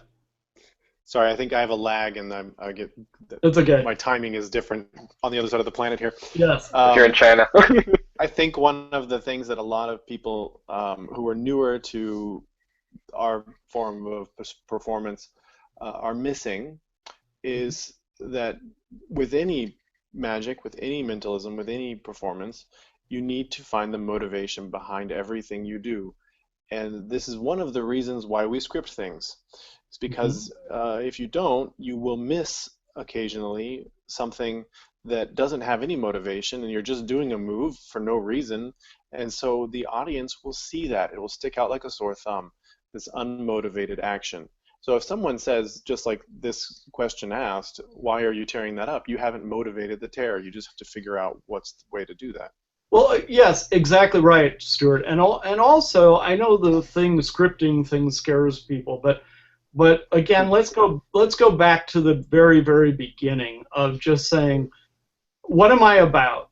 Instead of focusing on the trick, which again, we have the differences between having a trick-centered, ego-centered approach or an artist approach, right? And the artist approach is, what is this really about for me, right? Well, I'm doing the center tear so I can read their minds and kill them. Well, that's okay. Then you're going to have a problem. I'm doing the center tear because I want to express how torn up I get about somebody I lost. You know, when I have a love that's lost, it tears me up. And that's something I know a lot of people understand. Oh, well, there's a great reason. You know, I'm going to do the center tear because I need to break a bad habit. Okay, another good reason, right? So again, you have to come from an internal reason of what you're about and who you are and what you want to do in the world, and then the rest becomes a lot easier. Yeah, that's finding who you are, though, and I think a lot of people don't ever think about who they are. They just exist, and when you start having to ponder that, I mean, like we're talking about with the symbolism, it's a journey. And it takes your own time in figuring it out, and it takes, especially like learning who you are around you know who you are around your family. You've been that person your entire life. That's easy. Learning how you are around people you don't know may be something completely different. Because the way you are at work and the way you are with your friends are two different people. Well, those are two different kinds of performances. And what I would say is, when it comes to your magic of mentalism, if you want it to be art, you don't have to be. You can be trick boy. That's okay. But if you want it to be art, stop for a moment. Notice what you're like when you're all by yourself in your own little world with nobody around. What do you secretly really like? You know? And what do you love? And what do you hate? And what are you really secretly about, even though you wouldn't dare to tell too many people? You know? I think that's what you find with those performers is that the guys who are coming out and doing this like you this is exactly who you are. All day, every day. It doesn't change from where you're here, where you're there, if I'm performing this, if I'm just sitting at home, that's who I am. Yeah, exactly. And people say, well, that's not theatrical enough. Well, it seemed to work for me. You know? Yes. I mean, I think it's you know, and Mac King, you know? I mean, Mac seems like a normal, you know, more or less normal person on stage, you know, a very affable guy that you like, you know, and that, you know, but Mac is so genuine, people love Mac King, you know, they love him, and lots of us pros, you know, go, well, I'm going to Vegas, who should I see? We all go see Mac King, right? Yeah. You know, that's the truth. So I was told that 5 times. So it's temple. Like, it's being who you are and daring to express a part of. You may not express everything, for God's sake, you know? But expressing, deciding which parts of who you really are that you want to share with people. That's really cool, man. Embracing yourself. Then performing isn't scary because it's more about, this is who I am and I want to be who I am, right? Far easier than having to put on a coat and deciding I'm going to act like somebody else. You know? Absolutely. Well, I mean, and that doesn't mean you can't do that. You can be an actor. You can be you know, you can do all that too. I just think for most of us, the people that are beloved and successful and that people feel at ease with are people that are really, honestly, they know a little bit more about who they really are secretly inside, and they let some of that out on stage. You know? Well, even with the actor type magicians, like I just interviewed Pop Hayden earlier this week, and he throws on a big character when he goes out on stage, a big old character. But like when you're talking to him, it's not who he is, but it's kind of who he is, and no, that's most. I love Pop, and listen, and we've known each other for a long time. But let me say that, you know, his character does come from a part of who he is. That's the truth. That's why it works. That's why it's hilarious. You don't feel like it's, wow, this is a con guy I hate, you know, because there, you know, there's a part of that twinkle in his eye comes from wit. You know, it's not a fake thing, man. That's Pop. Yeah, for sure. Absolutely. So, and I think that's true with all magicians who portray a character acting magicians rather, is that those characters, and all actors in general, those characters are coming from a part of them. Like you said earlier, they found a piece of that character that suits them, that they love, and then they put that themselves into that part of that character and just displayed it. Yeah. Yeah. I remember I wrote, I think I talked about this in like an Enchanted Evening years ago or something, but I was, Fleetwood Mac was just in town, and I was some years, God, it's probably 15 years ago now or so, I was backstage at a Fleetwood Mac thing, and I was talking to one of their singers, Stevie Nicks' mom, and Stevie's really known for having this kind of very flowy, magical, mystical kind of persona on stage. And I said to Stevie's mom, that I'd heard that she read story tales to Stevie a lot when she was little. And so I asked Barbara Nix, I said, was that true, and do you think it had any influence, on Stevie's character? And she said, oh, absolutely, there's no doubt about it. So Stevie, at a certain point went, I'm very live. I can be very hardcore. I can be very business. I can be, but I'm also this whole other thing, and that's what I'm going to put out there, and the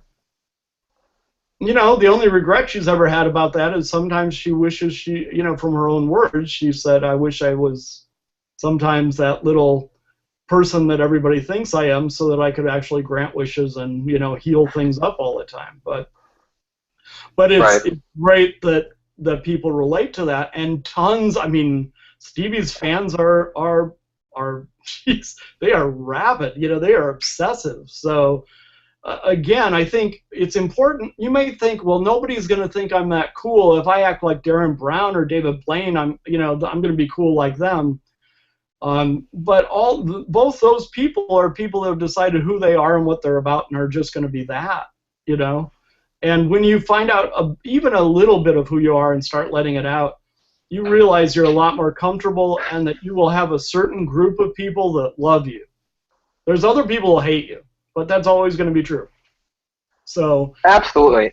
So it doesn't matter if you're Trick Boy. If you're Trick Boy, you're still going to have people that really hate you. I don't know how many people have said to magicians, I don't want to see any magic. I hate magic, right? Because it's only about the trick, and they don't like to be made fools of, and so people say, I don't want that. But if you say, hey, I'm going to do I'll show you a little something, and you do something, and it's about them, about the person, they go, ooh, I really like you, not I really like magic. Right. It's a big difference. Yeah. You mentioned Blaine, and as I was scrolling through, I saw Carl Perez had posted again. And I know you'd said you had a funny story. He asked, do you know David Blaine? Blaine, this is a long time ago. Blaine called me once and said, it was very funny. He was in New York, and he was on the street in New York, and he said, I have a friend of mine who's a fan of yours, and I want to surprise him and do a conference call and call this guy on his birthday, just to freak him out.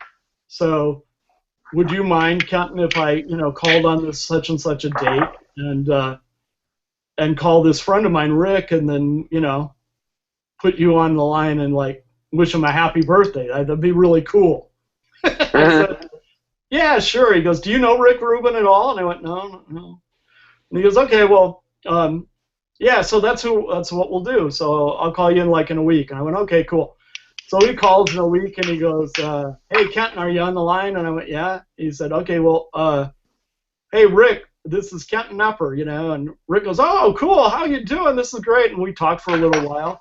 Rick Rubin he's a huge music producer. If you look at the back of music things, but David, knew that Rick liked my stuff, and so he wanted to do a conference call to Rick to wish him a happy birthday. And Blaine set the whole thing up, man. It was that's David. He's much more interesting than people think. He's a great guy. Did you find out how Rick Rubin found your work? Rick is involved in all sorts of interesting studies and likes all sorts of things, and actually even sent me a book on psychology and NLP that he liked shortly after that. So yeah. Cool. Yeah. Sorry, I dropped. It's a lot, you know. Right.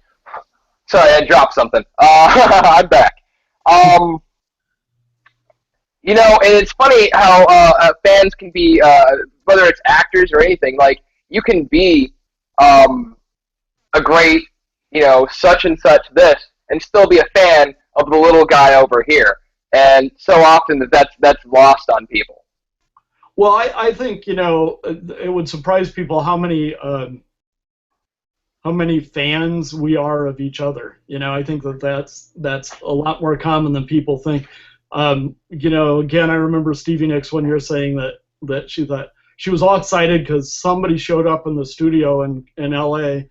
who was an actress, you know, and it was like, she goes, yeah, everybody goes, well, you're in entertainment, you know these people. She goes, I have no idea. I'm, you know, like starstruck to see these people, and they're like starstruck to be in the studio. Well, I'm there, you know. So it often happens that it's mutual, you know. Mutual starstruck. Yeah. Yeah. And it's just respect. I mean, I think that's it. It's like, wow, we really like what you're about and who you are and how you express that. You know, that's... Right. Moving to a trick now. I'm gonna do a card trick now. There's like 4 people in the audience that know that Blackstone joke, but anyway. Okay, so let's. I hope there are enough who know who Fleetwood Mac is. Yeah. Yeah. Right. Yeah, but there are mix-ups of the, you know, there are mashups of their stuff now. So. Right. Sure. It's, you know, it's one of those things where there are lots of musical people that run in and out of magical realms. I mean, Roger Waters was on the tour on the road with, you know, his big show, and a bunch of people would run in and you know, that were magicians off and on, because he is a, you know, and a couple of his people in his family are big magic fans, you know. So I mean, you never know. Everybody has their own. Yeah. You know, has their own thing. Let's try something long distance. I'm gonna try. Let's. Okay. This may be hard this way, but we'll try it. All right. But because we were talking about influence and stuff, and I'll try to do this so you can see, hopefully. We're going to do this. Who's going to do it? Are we going to do Alex or do long distance? Stuart seems like he's on a bigger lag than I am, so I'll do it. Okay. Yeah, you're the longest distance, so all right, here we go.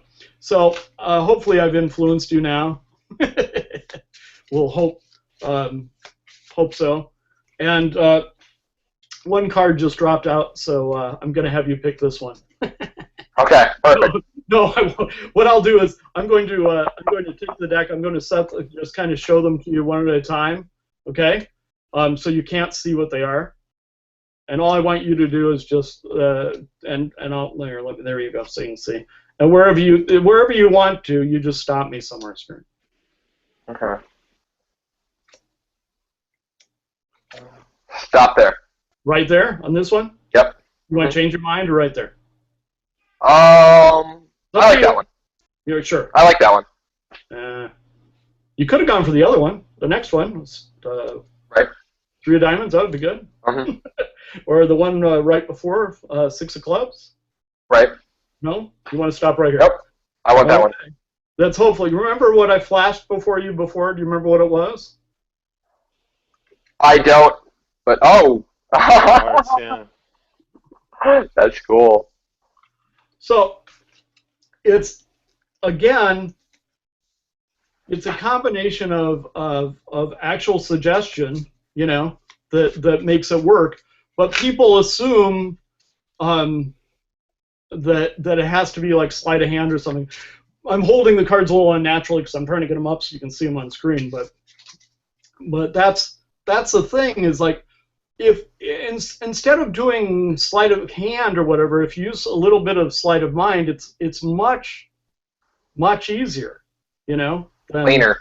Yeah, than having to do like all the cards are roughed together, you know, where they go off in clumps, or you know what I mean. It's like, or doing, okay, stop right there, okay. You know, that it's nice to be able to just to do this and say, you know, really seriously, you know, up to you, say stop somewhere, right? I'm not going to try to hit it again, but you could try. No. Here. Right, this one right here? Oh, no, we missed it. It was, no, you said this one. Wow. It's a 4 of Yeah. diamond. It was close. That's close. A little, It was funny. Me and Stuart both said now at the same time. yeah, it was close. It was the closest we could get without being the 4, because I took the 4 hearts out, I forgot. but anyway. Oh gosh, you trying to force the. Yeah, I forgot, but it's out of there. But the 4 of diamonds is as close as I get. So, anyway, do you guys know what force we're using? Yes. I know you know, Stuart, because yeah. Particularly, I have a good idea. I wouldn't be so certain to say yes. I know exactly, but I have.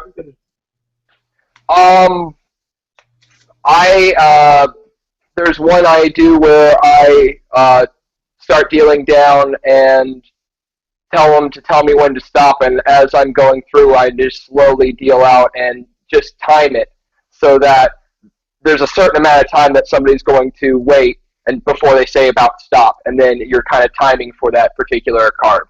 Right. It's almost like a classic force. Got it. Yeah, that's a good one. Yeah, that's a good one. You have any other ideas?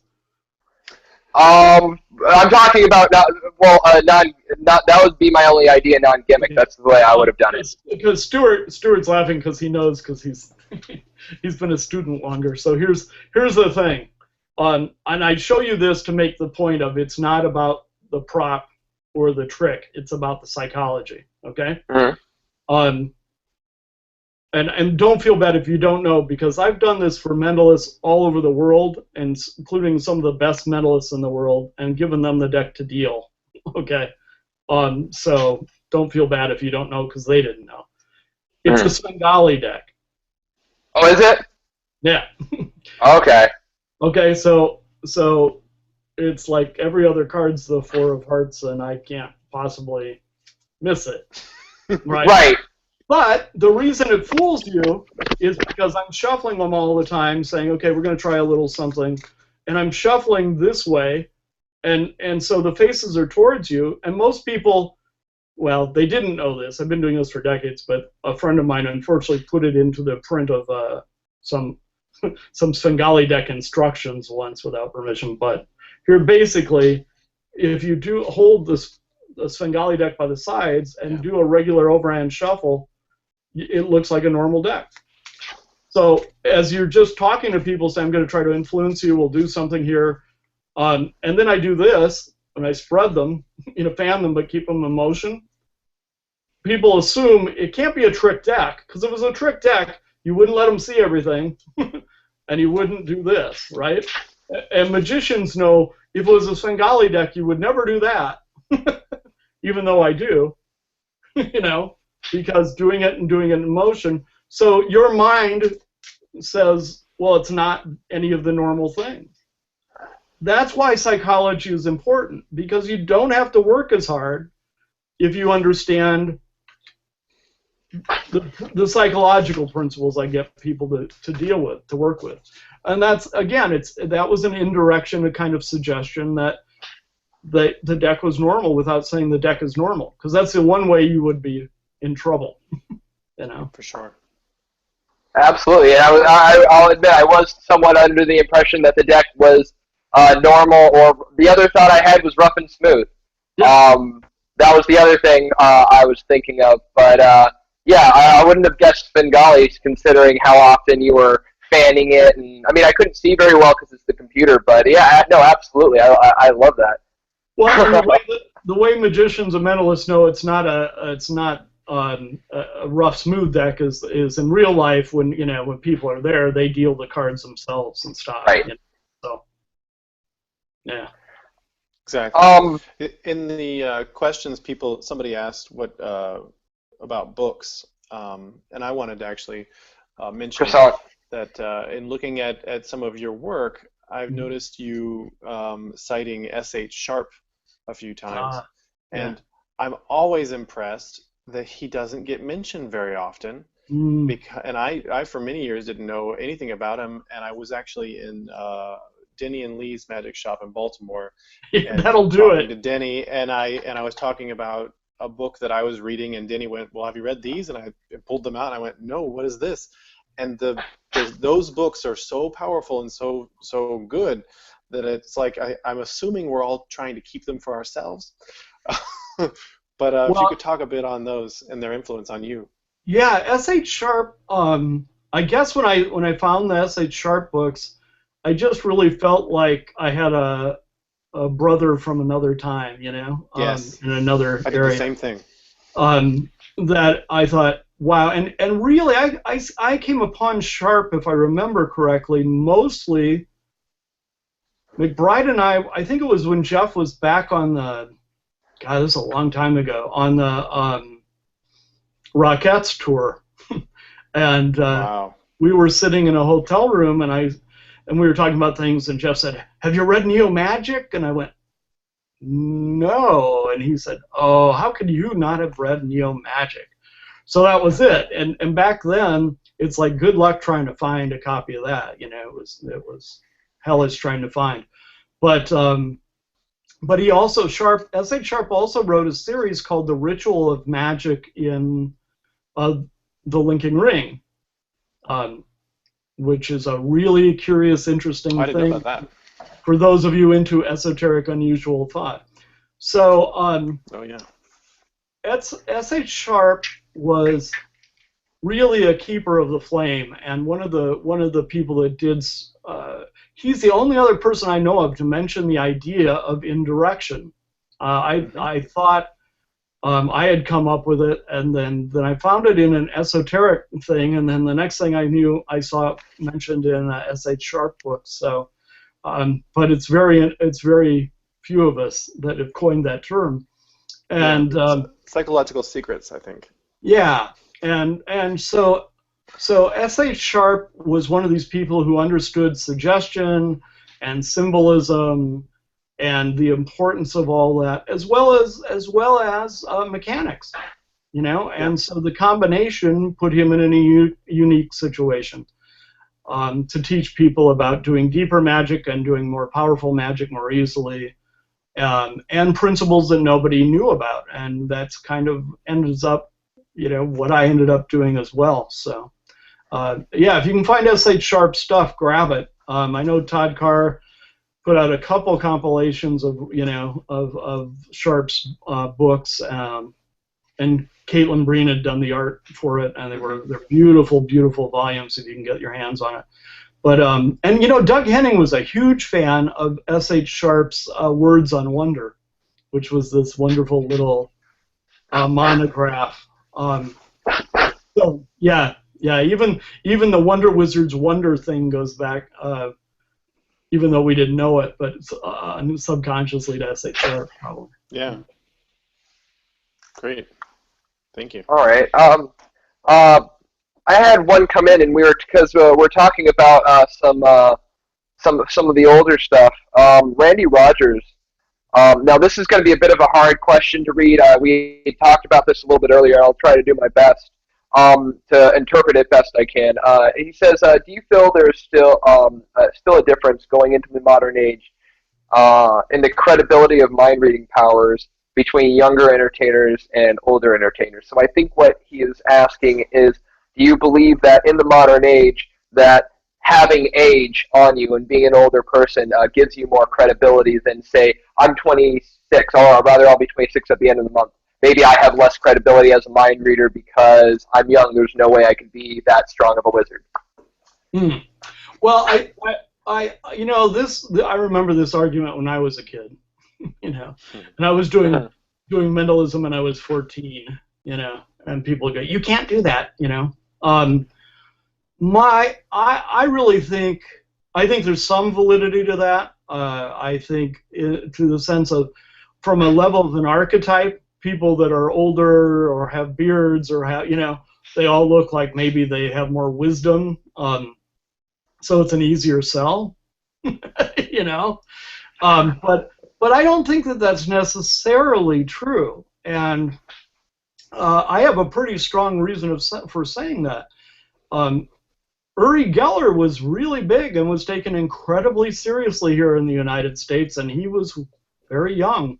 So I don't believe that that has to be true. I do believe it comes back down to it depends who and what you really are. Uri had certain leanings and enjoyed certain kinds of things, and so that to him was believable because he had an element that he believed was a certain part of philosophy and psychology or, esoteric ideas, and so he thought, I can embody that well enough to make it viable and totally live that character, and he did, So I think that that's what it's about. I still think it comes from the inside out, and not just with age. That said, most young people are, I was an exception, but most really young people don't want to sit there and think, what am I really about and what do I represent? And that's what, and then I'm going to make my mentalism fit that. I did, because I did that even when I was doing flowers and doves and rabbits. It was important that all that expressed stuff that was inward for me. So I still think it's a valid thing to consider, but ultimately it comes down to what your atmosphere is and what you embody, and I don't think that necessarily has to do with age. No, but I think that certain aspects do that does help. For example, looking like a wizard helps. Possibly being something about being foreign gives you this bit of a mysticism about you. Even right, or even like Darren Brown, he dresses so well and speaks so well that he's believable in what he says because he has so much confidence in what he's saying. Laura was wondering, and I think this goes along the same lines. She said, how much harder do you think it is for a woman to sell herself as a mentalist than a man? I think it's the funniest thing, and the truth of the matter is, I think my answer will probably surprise you. I think it's easier. And that is because we already believe women have intuition. We already want to. Most guys, our defenses are going to go a little down a little more if you're a woman, and of course many women will feel that way too. So it just, to me, if you make the argument correctly up front, about mother's intuition and women's intuition and how women tend to sense things and feel things where guys are very logical, and your performance is more about that, I think that's a more logical, easier sell, because all guys think women are mysterious and plenty of women think that too. All right. We are getting about 10 minutes away from our 2-hour mark, and I think that's probably where I'm going to cut this one off. You guys have been great. There's one last question, and I wanted to direct it at both of you in turn, so that we could have these questions answered before we go through and do the ending, and we go through and can talk about the deals and whatnot. Bill Cunningham wrote in, and I'll ask Kenton first, and then we'll move over to Stuart. But what is your favorite mental creation, and why?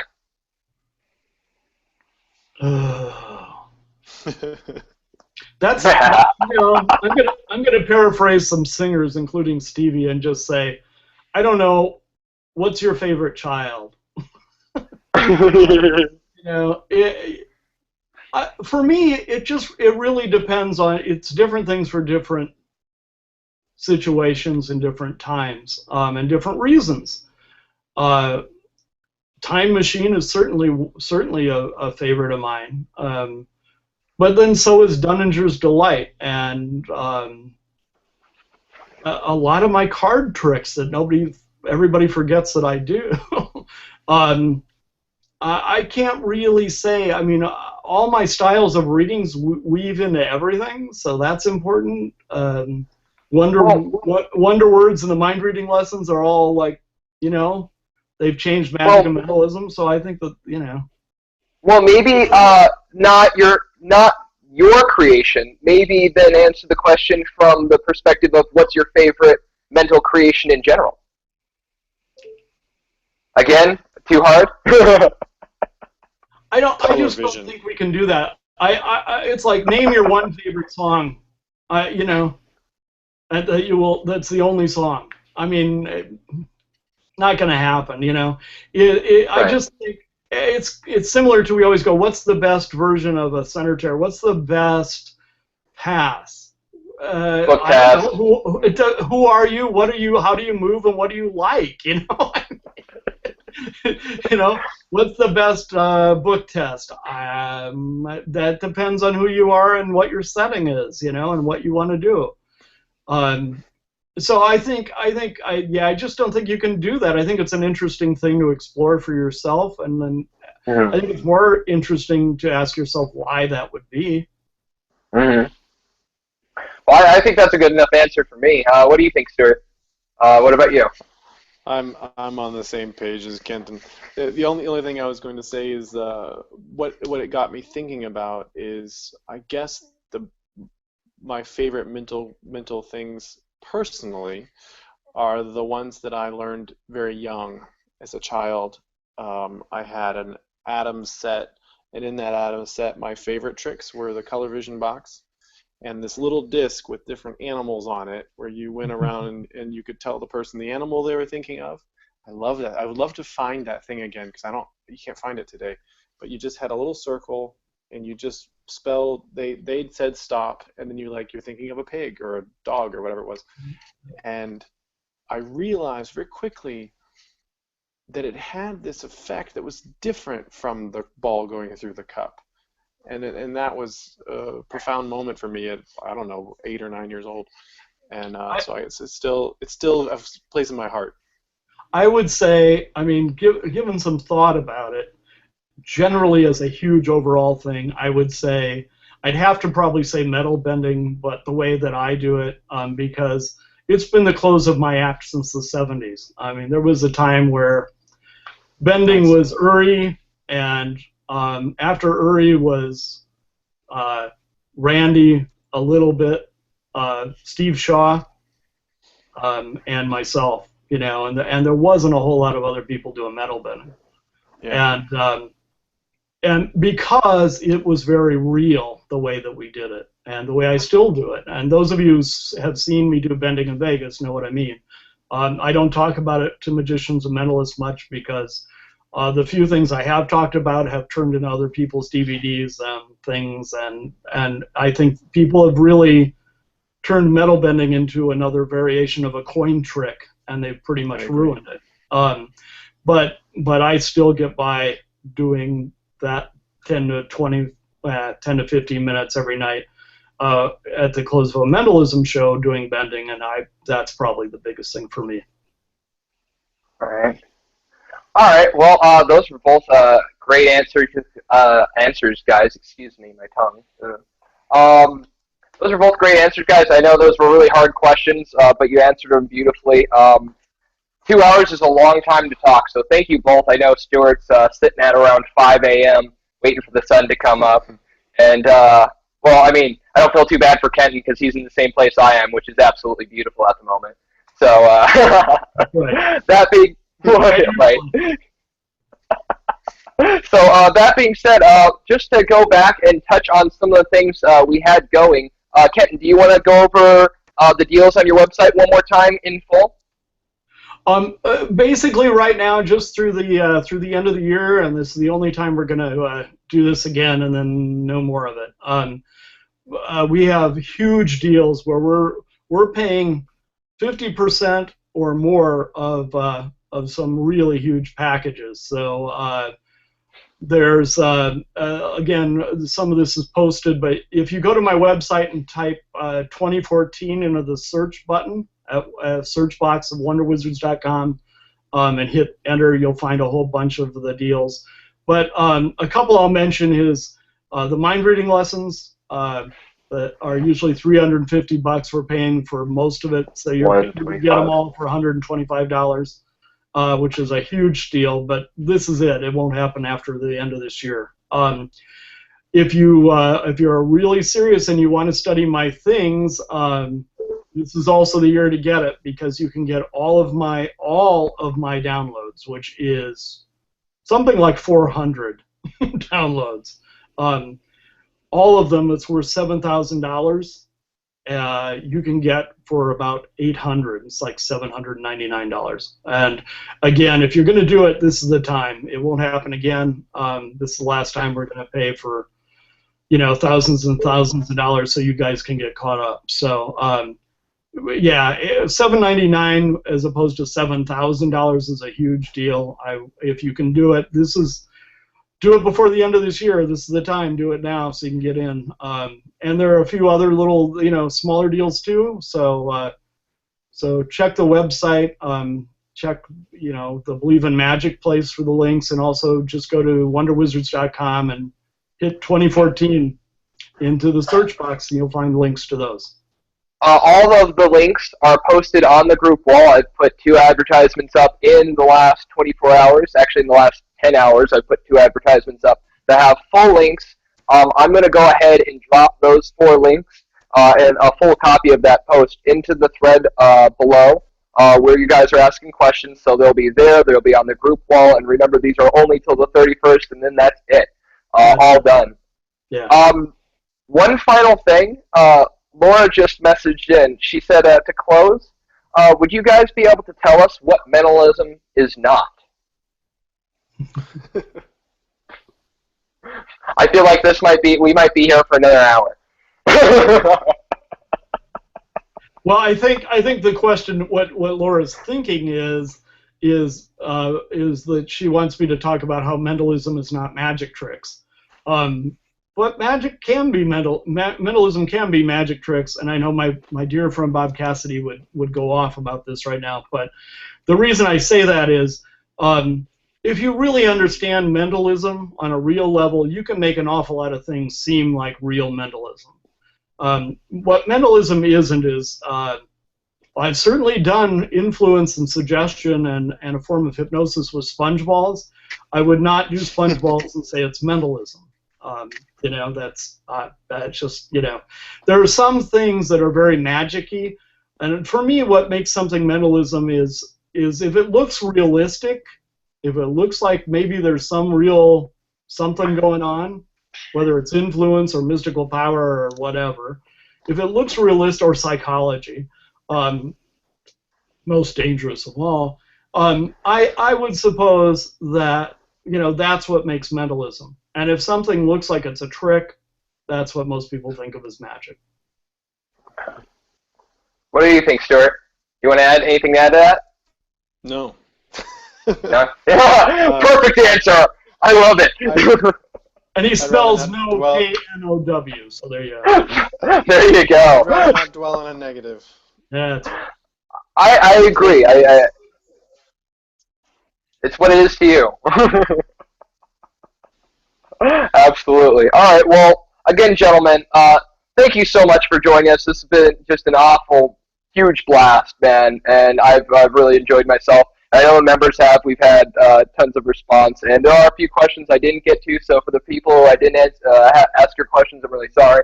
But 2 hours is still a very long time to be standing here.